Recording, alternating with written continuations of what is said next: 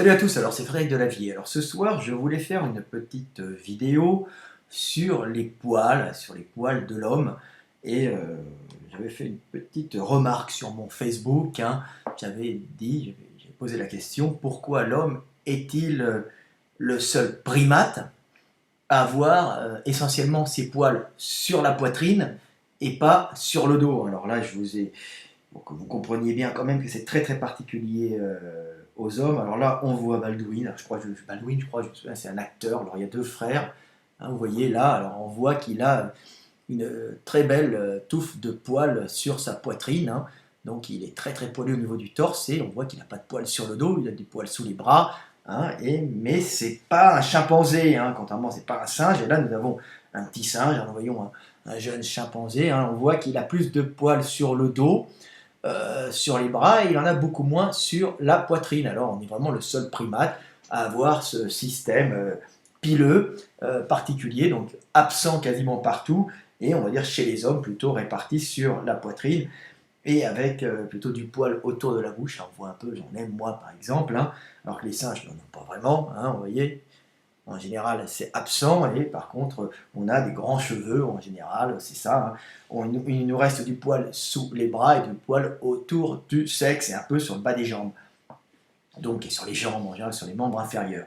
Alors, pourquoi l'homme a cette pilosité si particulière? Pourquoi a-t-il perdu la plupart de ses poils? Parce qu'on l'appelle le singe nu, hein. Il y a eu un roman qui était passé comme ça, qui avait été, pas un roman, un livre d'évolution, je ne sais plus, vous avez trouvé le jeu de mots, l'homme se singe nu, hein. Donc on n'est pas vraiment nu, hein, parce que on a quand même des poils, mais ils sont tout petits, ils sont atrophiés, et, ça fait vraiment une particularité humaine de ne pas avoir beaucoup de poils et d'en avoir, contrairement aux autres primates, sur la poitrine et pas sur le dos, hein. C'est une inversion de valeur.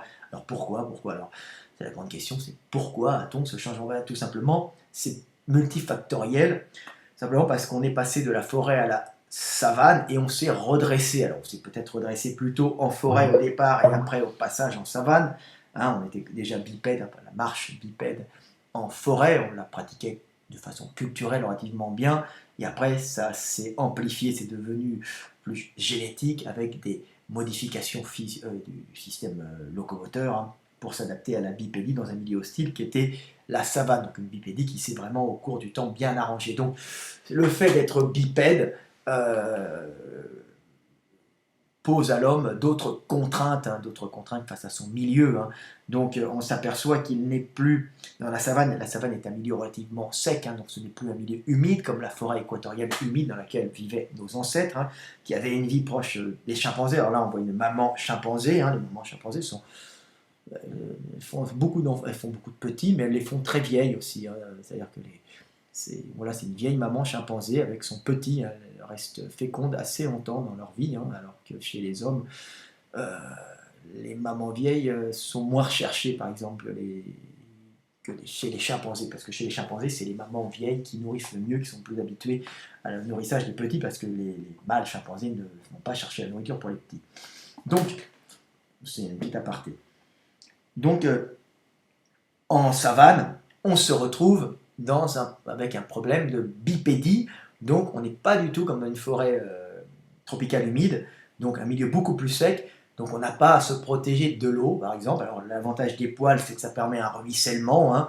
Ça évite d'avoir l'eau qui vous reste dessus, hein. Ça permet de protéger, en même temps ça protège la peau reste relativement au sec, hein. Elle n'est pas en permanence humide, hein, parce qu'on croit qu'on est mouillé en forêt, mais en général les poils sont un peu gras, et s'il y a une pellicule de graisse, hein, il y a un sébum dans les poils, et et l'eau est évacuée, hein, sans rester près de la peau. Donc ça permet d'évacuer plus facilement l'eau, et puis d'éviter aussi les parasites, comment dire, les attaques fongiques, hein, qui pourraient se développer à cause de l'humidité, de la proximité de l'eau, quand ça macère, hein. Donc le poil est quand même drainant, hein. Ça draine l'eau, ça l'évacue vers le bas. Donc c'est par exemple les paresseux, hein, vous connaissez ces paresseux, ces animaux d'Amérique du Sud, hein.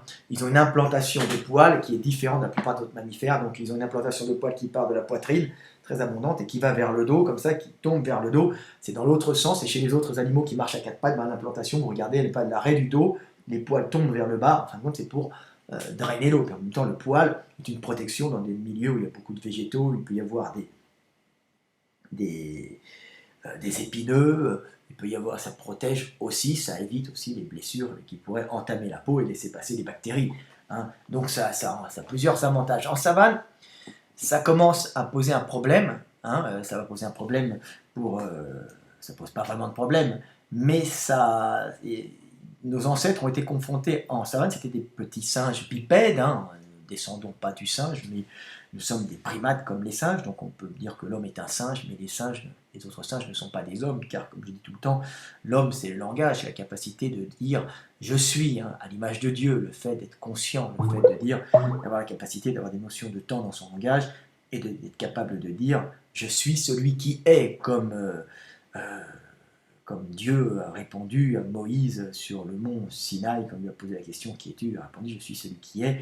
Donc l'homme est à l'image de Dieu. Donc l'homme, c'est un singe, mais c'est un singe qui est homme car il est bipède et il a le langage. Donc en étant bipède, il est en savane, il est confronté à un milieu très très très hostile, beaucoup plus hostile que la forêt, avec de grands prédateurs qui mangent des grands herbivores qui se nourrissent en savane d'herbes avec beaucoup de cellulose, des herbes assez protégées par des fibres. Hein. Donc ces grands herbivores sont chassés par ces grands carnivores. Il y a peu de grands carnivores, il y a peu de grands prédateurs en forêt, hein, vu que le milieu ne prédispose pas aux grands herbivores, puisque l'énergie, la calorie est limitée entre le sol, donc un peu au sol, et beaucoup en hauteur, hein, dans les arbres qui ont poussé pour capter l'énergie solaire. Donc on va dire qu'il y a une partie de la faune, hein, qui se trouve en hauteur et une partie en bas, donc il y a moins de gros animaux au sol, puisque les calories sont réparties entre le sol et les étages successifs de la forêt. Donc c'est évident qu'au niveau énergétique, on ne va pas retrouver de grands herbivores mangeant toutes les calories qui se trouvent au ras du sol et en grande quantité, puisque ces calories montent dans les arbres, elles sont réparties, hein, pour aller chercher la lumière, donc dans le feuillage. Donc on trouvera moins de gros prédateurs parce qu'il y a moins de gros herbivores. Quand nos ancêtres qui étaient des petits singes bipèdes se sont retrouvés en savane, ils ont été confrontés à tous ces gros carnivores pour qui un petit singe bipède était un festin, c'était facile à bouffer, ça n'opposait pas beaucoup de résistance. Donc il a fallu que les hommes jouent subterfuge, hein, utilisent des subterfuges pour rester en vie, et ce subterfuge c'était de sortir, hein, d'abord se réfugier dans les quelques arbres qu'il y avait en savane, hein, continuer à grimper aux arbres malgré leur bipédie. Hein. On l'a vu avec la dernière découverte en Afrique du Sud, où on a découvert des hommes qui avaient même, d'après les recherches, des rites funéraires, hein, très très vieux, hein, avant Homo habilis, hein, après Australopithèque, visiblement, vu la morphologie de leurs pieds. Hein. Mais ils continuaient à grimper aux arbres en étant des bipèdes parfaits, ne courant pas aussi bien qu'un homme, mais marchant sur des kilomètres très très bien, pouvant piquer un petit sprint pied plat. D'ailleurs, j'étais en train de faire un dessin là-dessus pour expliquer ça. Donc, on se retrouve avec des petits singes qui sont bipèdes, des australopithèques, hein. On leur donne le nom qu'on veut, hein, et qui sont à ce moment-là victimes des grands prédateurs, donc ils sont obligés de rester près des arbres. En restant près des arbres, ils ne trouveront pas beaucoup de nourriture, donc ils sortent pour aller chercher de la nourriture, ou pour aller de point d'eau en point d'eau, ou d'arbre en arbre. Hein. Sur le chemin, ils trouvent de la nourriture, et après ils bouffent autour des arbres, se réfugiant dans les arbres quand les fauves arrivent. Mais en général, quand ils se déplacent d'arbre en arbre, ils ne vont pas se déplacer aux périodes où les fauves chassent. Les fauves chassent, ils chassent quand? Ils chassent la journée, à la tombée de la nuit, à la tombée du jour, aux heures les plus fraîches, hein, et la nuit, parce qu'ils ont une capacité de voir la nuit. Donc il y a beaucoup de prédation la nuit. Et où il y a beaucoup moins de prédation, c'est en plein après-midi, quand le soleil est à pic et quand il fait super chaud. Pourquoi? Parce que ces animaux-là, à cause des poils, hein, ils sont habitués à la chaleur, mais en plein après-midi, c'est trop chaud pour eux, et ils risquent de monter en surchauffe. Donc ils se mettent en pleine journée, sous un arbre. On voit les lions qui dorment sous les arbres, hein, les hyènes qui dorment, on les voit pas, et puis on les voit à la sortie, à la fin de la journée, ou le soir, ou au petit matin quand il fait encore frais. C'est à cette heure-là où ils vont chasser les herbivores qui eux-mêmes sortent à ce moment-là pour manger, parce que quand il fait trop chaud, on peut mourir d'un coup de chaud. Donc à ce moment-là, les hommes ont trouvé le subterfuge de pouvoir, ceux qui ont survécu, hein, ils n'ont pas trouvé une sélection intense qui s'est faite, c'est ceux qui sortaient en pleine journée. Et ceux qui sortaient en pleine journée, ils avaient des poils quand même au début, comme ils étaient en forêt sur le dos, et c'était pas super efficace hein, pour thermoréguler, pour évacuer par homéostasie, hein, par transpiration, l'eau, l'eau va rester dans les poils, hein, l'eau de la transpiration, il ne va pas y avoir une très très bonne thermorégulation. Donc à ce moment-là, qu'est-ce qui s'est passé? Il y a eu une sélection sur ceux qui avaient le moins de poils. Et le moins de poils, c'était le moins de poils sur le dos, parce qu'en général, quand on marche, on est un peu voûté en avant, on est des fois face au soleil, mais le plus souvent, on tape dans le dos, les coups de soleil dans le dos, c'est très très connu, hein. On marche pas forcément face au soleil non plus, on marche face au soleil ou pas, c'est pas ça, mais ce qui se passait, c'est qu'en fin de compte, tous les poils du dos ont progressivement disparu, hein, et les hommes sont devenus sans poils, leurs poils se sont atrophiés, particulièrement sur le dos, et ils sont devenus tout noirs pour se protéger, comme le poil ne protégeait plus par l'ombre la peau, ils ont compensé par des sécrétions de mélanine au niveau de la peau pour pouvoir éviter les brûlures dues au soleil et les mutations dues aux rayons ultraviolets et puis aux infrarouges, hein.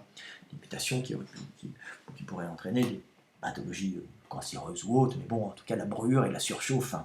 Donc noirs, ils se sont mis à sécréter de la mélanine, donc ils sont devenus beaucoup plus noirs, hein, tout noir très rapidement sûrement, et ils ont perdu leur poil en savane pour justement sortir l'après-midi, et en contrepartie, pour justement avoir une protection contre ce chaud, ils ont développé un système de glandes sudoripares beaucoup mieux adaptées, hein, plus nombreuses, et surtout sécrétant de l'eau d'une façon continue et très légère, hein, ce qui fait qu'on ne voit pas l'eau perler, mais l'eau s'évacue en permanence, ce qui permet, en buvant beaucoup, parce qu'ils allaient d'un point d'eau en point d'eau, donc ça demande quand même de boire, mais en pleine journée, on va sortir, et on reste près des points d'eau, on les connaît, on les mémorise, et après on sort, on va d'arbre en arbre, de bosquet en bosquet dans ces grandes zones herbeuses, en transpirant beaucoup, mais sans que ça se voit comme chez les Européens, ça ne se voyait pas chez nos petits australopithèques, c'était plutôt après les australopithèques, on va dire, c'était vers la transition australopithèque homo habilis, ça a dû aller très vite quand même, il y a dû y avoir ce noircissement de la peau et cette perte de poils générale, hein.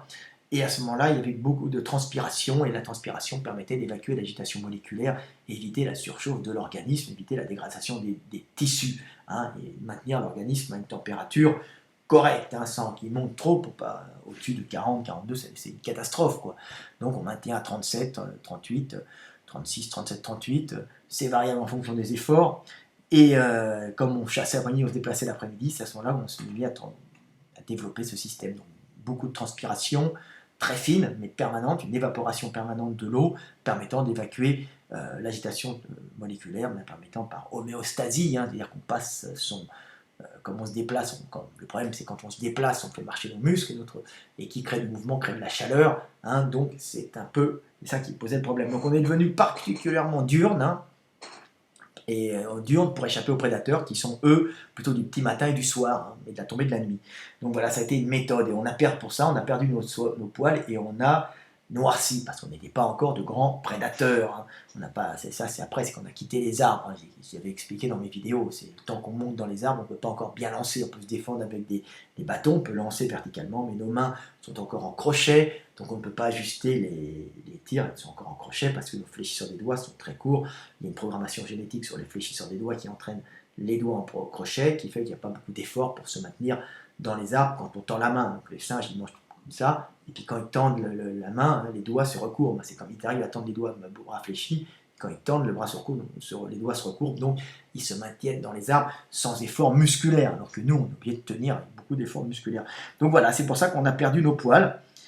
Et en plus, le poil avait un avantage énorme aussi chez les singes. Pourquoi ils le conservent? C'est parce que les petits s'accrochent dans les poils, les petits sont sur le dos, hein.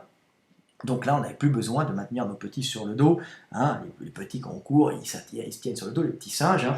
Quand on est bipède, on les tient dans les bras, donc du coup, les femmes sont restées près des arbres, parce que c'était très gênant, les mâles échangent en apportant de la nourriture, comme tout le temps, échangent sexe contre nourriture, pour que la femme, avec son petit, qui est un handicap, parce que, un handicap par rapport aux prédateurs, pas par rapport à la survie de l'espèce, puisse être nourrie. Donc c'était comme ça. Donc il n'avait plus à le tenir sur le dos, puisqu'elle était bipède, ce qui permettait aux hommes d'aller loin, hein. C'est une position très économique aussi, il faut savoir. ça lui permettait de marcher assez loin, de voir au loin, de voir plus loin. Ça lui apportait beaucoup plus d'avantages que d'inconvénients, mais ça lui a apporté quand même des inconvénients majeurs qui ont fait qu'il y a eu une modification de sa couleur, de sa structure, de son bassin, de l'ensemble, mais surtout de sa couleur et de sa pilosité aussi. Hein, l'homme bipède est devenu, n'a pas perdu ses poils, est devenu noir, sauf devant. Alors pourquoi devant? Parce que devant, c'est peut-être moins important, hein, le soleil ne tombe pas dessus. Et puis aussi, les petits peuvent s'accrocher peut-être dans les poils. Les femelles devaient conserver quand même une certaine quantité de poils au niveau de la poitrine, hein, parce que effectivement, les petits étaient tenus dans les bras. Donc on pourrait courir avec des petits qui s'agrippaient quand même aux poils. Donc il y a dû avoir un maintien des poils chez les femelles et chez les mâles. Hein. Génétiquement, on a dû être programmé. Et d'ailleurs, quand il y avait quand à la puberté, quand le développement, les hormones, comment dire, la testostérone apparaissait, hein, les femelles devaient sécréter plus de testostérone, hein, correctement, comme les femelles chimpanzés, avec un taux de testostérone relativement élevé, hein, chez les femelles chimpanzés, hein, moins élevé chez la femelle humaine en proportion. Donc elle devait conserver quand même une certaine pilosité qui s'est maintenue chez les hommes et qui a disparu chez les femelles, chez les hommes modernes, et qui a disparu chez nos femelles, par exemple, parce que c'est devenu moins utile. Après, le fait d'avoir des poils maintenus sur la poitrine, hein, pas sur le dos, permettait peut-être aux petits de s'accrocher plus facilement. C'était un avantage. Donc il y a eu plus une perte des poils sur le dos pour la thermorégulation, parce qu'on marchait sûrement plus protégé. Les coups de soleil, c'est vrai qu'on les prend plus souvent dans le dos, hein, de face. Hein. On est plutôt tourné, hein, on est plutôt en train de marcher en regardant vers ce qui se passe vers le bas. Donc en général, c'est le dos qui prend. Quand on se repose, en général, on ne se met pas la tête au soleil, on va se tourner pour éviter de chauffer, pour éviter d'avoir le soleil dans les yeux. Donc en général, c'était le dos qui permettait d'évacuer la transpiration beaucoup mieux. Voilà, et puis bon, la face, devant, peut-être c'était un signe de testostérone importante chez le mâle. Il a permis de conserver ce poil qui montrait chez le mâle avec la barbe, hein, qui a été conservée, la barbe qui était conservée sûrement parce que c'est une protection contre les coups, une protection aussi contre les prédateurs. Hein. Ça protège, hein, ce cou qui est devenu beaucoup plus vulnérable. Hein. Avec la bipédie, le cou il est beaucoup plus vulnérable, il est posé sur le sommet de la tête, il tourne comme ça, donc sûrement plus facilement attaquable par des prédateurs, et plus facilement attaquable dans des joutes, dans des combats rituels, aussi entre mâles. Hein. Ça doit être facile d'attaquer le cou, hein, de choper le cou, parce que ce cou s'est allongé, hein, pour devenir un périscope, pour regarder ce qui se passe autour de nous, donc une grande mobilité du cou, mais aussi une grande fragilité. Et la barbe doit jouer là-dessus, doit avoir plusieurs fonctions, montrer la masculinité et en même temps protéger le cou dans la savane, hein, quand on était des petits australopithèques. Donc il y a forte chance que les australopithèques, les premiers ancêtres avant Homo habilis, aient perdu leur poil et qu'il leur restait juste du poil autour du cou pour se protéger et du poil sur les têtes, peut-être frisé, qui a commencé à friser un peu, et du poil sur la poitrine, et au contraire, le dos devait être imberbe, hein, comme un dos humain, et puis il devait conserver aussi des poils un peu sur les jambes quand il montait aux arbres, aux zones où il y a des frottements. Donc voilà, on voit un changement de pilosité qui est fonctionnel en vérité, qui est adapté à une nouvelle position, la position bipède. Hein. Chez les femelles, elles ont dû conserver quand même du poil un peu au départ, hein, dans la poitrine, puisque quand elles couraient pour fuir les prédateurs, c'était bien d'avoir sûrement du poil sur la poitrine. Donc voilà, on voit qu'il y a quand même des changements importants. Alors, oui, alors aussi sous les bras, les mecs m'avaient dit, là j'avais une très bonne réflexion, la discussion, sous les bras c'est pour éviter les frottements, effectivement, les poils sous les bras c'est pour conserver les phéromones, comme au niveau du sexe, hein, pour les odeurs, montrer les périodes de fertilité des mâles, des femelles, donc bon taux de testostérone, c'est des appels odoriférants pour signaler des périodes si l'homme est viril et si la femme est en période d'ovulation, donc elle est féconde, la nature est économe, donc ça a dû disparaître progressivement, mais effectivement ça s'est gardé, mais d'un autre côté c'est aussi une protection, le poil est une protection, sous les bras ça évite les frottements, ça doit éviter aussi les frottements au niveau des jambes, et puis ça évite aussi les problèmes avec les épineux, hein, ça évite pas mal de problèmes. Le poil est quand même une protection pour protéger les organes génitaux, mine de rien. Voilà. Donc, est-ce que j'avais d'autres trucs à dire? Alors, voilà. Une isolation, voilà. Alors, bon, on va parler des cheveux, la barbe, oui, ben, on montait au nord, c'est le petit truc, mais on montait au nord. Ben, la barbe, hein, et les cheveux, c'est devenu des protections contre le froid, hein.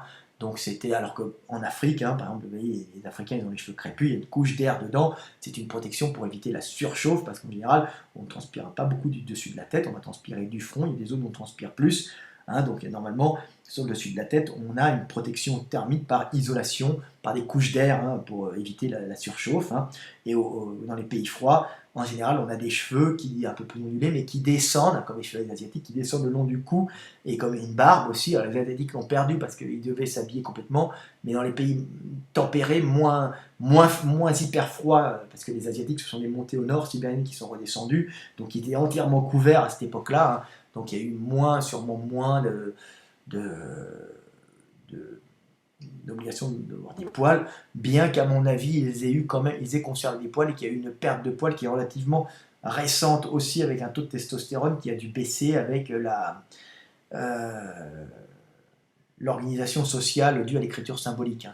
Il y a des choses, tout est lié, hein. Faut savoir, j'ai fait une vidéo là-dessus, vous regarderez, donc il y a eu une baisse de taux de testostérone, mais on regarde par exemple chez les Asiatiques, les Aïnous, comment ils s'appellent, ces Japonais du Nord, ils sont très très poilus, donc il y a de fortes chances, par exemple, que des groupes sibériens aient eu un peu cette morphologie aussi, hein, très poilus. Il faudrait regarder génétiquement d'où viennent les Aïnous.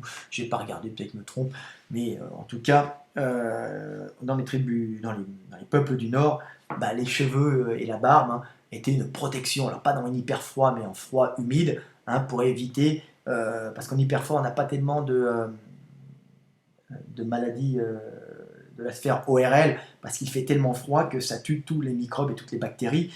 Mais dans les zones, comment ça s'appelle, océaniques, donc dans les zones océaniques humides, c'est particulièrement dangereux, les refroidissements, parce que, si vous voulez, la température ne descend pas extrêmement bas pour tuer les bactéries, mais elle est assez basse pour être